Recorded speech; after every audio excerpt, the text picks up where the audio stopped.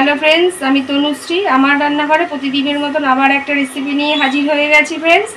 পুজো তো শুরু হয়ে গেল, আজকে তো পঞ্চমী। জানি না কদিন পারবো তোমাদের সাথে রান্না শেয়ার করতে, যতটা পারবো পুজোরই সম্পূর্ণ সারাদিনের এটাই শেয়ার করব। আমি যা যা করবো দেখে নাও আজকে কি রেসিপি করছি। আজকে রেসিপিটা হচ্ছে মাশরুম।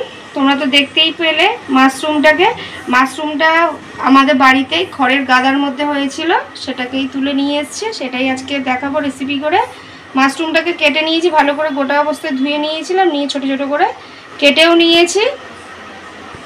গ্যাস অন করে খালি কড়াই বসিয়ে দিয়েছি, কড়াইতে জল দিয়ে বসিয়ে দিয়েছি।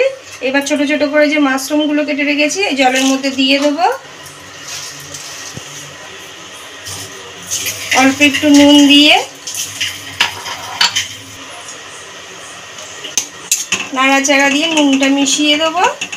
ব্যাস, একটা ঢাকা দিয়ে একটুখানি সময় একটু ঢাকা দিয়ে দেবো মাশরুমটা একটু সেদ্ধ হওয়ার জন্য।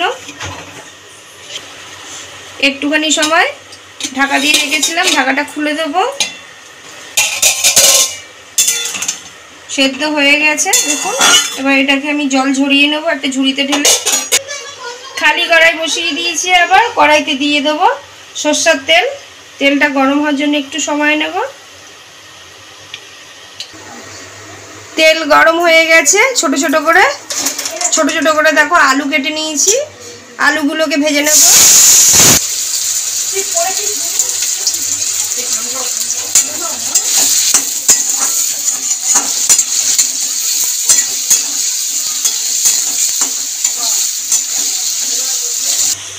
লাল লাল করে আলুগুলো ভাজা হয়ে গেছে, আলুগুলোকে এবার তুলে নেব।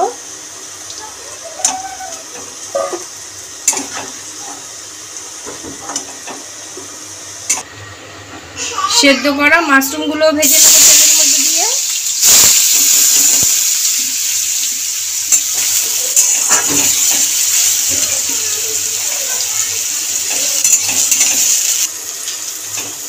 নেড়ে চেড়ে ভেজে নিয়েছি, মাশরুমটাকেও তুলে নেব এবার।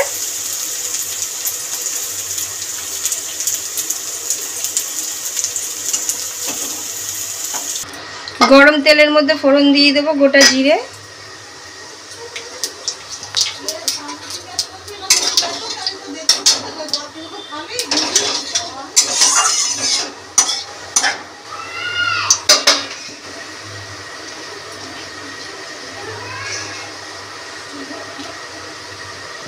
ফোড়নটা ভাজা হয়ে গেছে। আগে থেকে কাটা পেঁয়াজ দিয়ে দেবো, একদম পেঁয়াজের মধ্যে নুন দিয়ে দেবো। পেঁয়াজ ভাজা হয়ে এসছে, রসুন বাটা দিয়ে দেবো পেঁয়াজের মধ্যে। একসাথে করে ভাজতে থাকবো পেঁয়াজের সাথে। রসুনটাও ভেজে নিয়েছি, কাঁচা রসুনের গন্ধ চলে গেছে। গ্রেট করা টমেটোটা দিয়ে দেবো।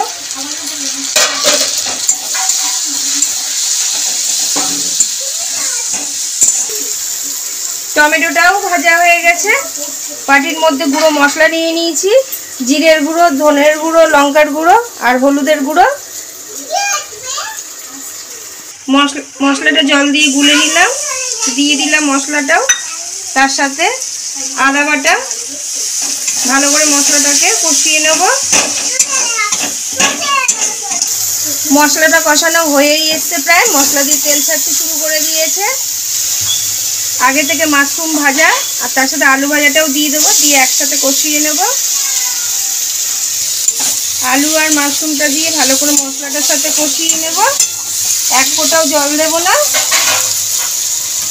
গ্যাসটা একটুখানি ধিমে করে কিছুক্ষণের জন্য আমি একটুখানি ঢাকা দিয়ে রাখবো এরমভাবেই। যেটুখানি শক্ত আছে আলু সেটাও সেদ্ধ হয়ে যাবে। কিছুক্ষণ হয়েছে ঢাকা দিয়ে রেখেছিলাম, ঢাকাটা খুলে দেব।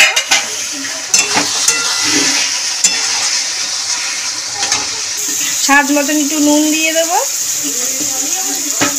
ব্যাস, কিছুক্ষণ ধরে নেড়ে চেড়ে কষাতেই থাকবো, আর ঢাকা দেবো না। আলু সেদ্ধ হয়েই গেছে, আর মাশরুম তো সেদ্ধ করে নিয়েছিলাম, একটু ভেজেছি পুরোপুরি, তখনই সেদ্ধ হয়ে গেছিলো।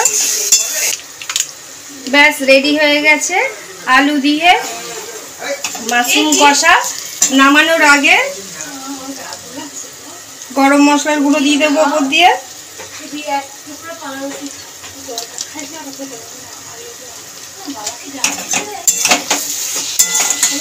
নাড়িয়ে চাড়িয়ে মিশিয়ে নিলাম, ব্যাস তৈরি। এবার আমি নামিয়ে নেব। আলু দিয়ে এরকম মাশরুম কষা একদিনকার করে দেখবেন, দারুণ লাগে। অনেকে তো অনেক রকম করেন, কিন্তু আমি আজকে করলাম পুরো একদম কষা কষা আলু দিয়ে, খুবই ভালো লাগে। শুধু এই দিয়েই এক থালা ভাত খাওয়া হয়ে যাবে। আমার রেসিপিটা দেখে একদিনকার এরকমভাবে করলে, আর রেসিপিটা দেখে যদি ভালো লাগে তাহলে তো আমি প্রতিদিনের মতন বলি, ভালোবেসে একটা পাশে থেকে একটা লাইক, শেয়ার, সাবস্ক্রাইব করে দেবেন। ভালো থাকবেন, সুস্থ থাকবেন। Thank you.